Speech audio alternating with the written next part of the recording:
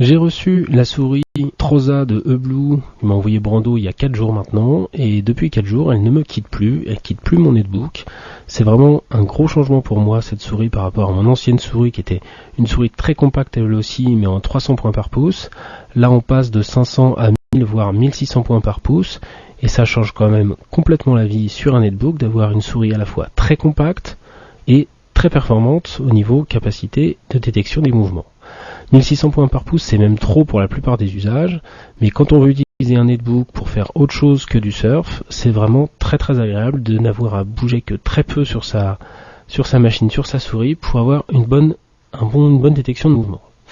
Alors, les points particuliers de la souris, c'est tout simplement qu'elle est très légère, elle est très compacte, elle tient vraiment dans le creux de la main, et elle embarque tout ce qu'il faut, elle fonctionne à pile, elle embarque tout ce qu'il faut pour fonctionner. On a un petit récepteur 2,4 GHz dans son flanc, qui est donc situé sous la souris, on l'a toujours avec soi. Il est vraiment tout petit, c'est le même type de récepteur que le récepteur Bluetooth qu'on a pu tester auparavant, donc ça prend vraiment pas de place, on peut même le laisser sur le netbook et le remettre dans une housse, ça pose pas de problème. À l'intérieur, en dessous de la souris, on a un petit loquet qu'on peut activer pour ouvrir le capot arrière de la souris et découvrir à l'intérieur une pile qui est presque bienvenue tant la souris est légère. Avec la pile, c'est une pile bâton type AAA très standard.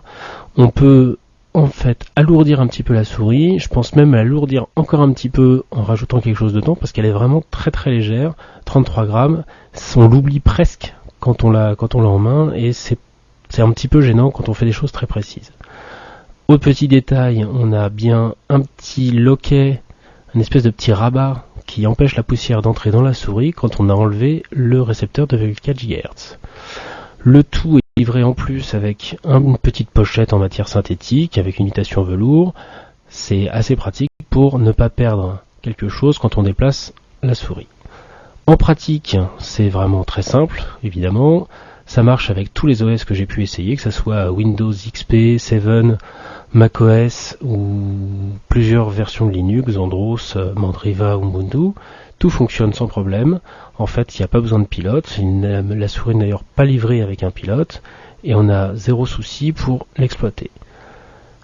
Les premières insertions, c'est un petit peu délicat. Ça m'a fait quelques surprises, mais au bout d'un moment, on prend l'habitude et on a vraiment quelque chose qui marche au doigt et à l'œil.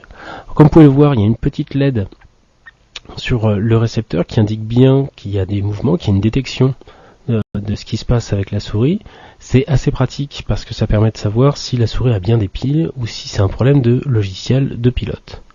Le fabricant parle de 6 mois d'autonomie, évidemment j'ai pas pu tester tout ça, mais pour le moment j'ai eu à changer aucune pile que celle fournie par le fabricant.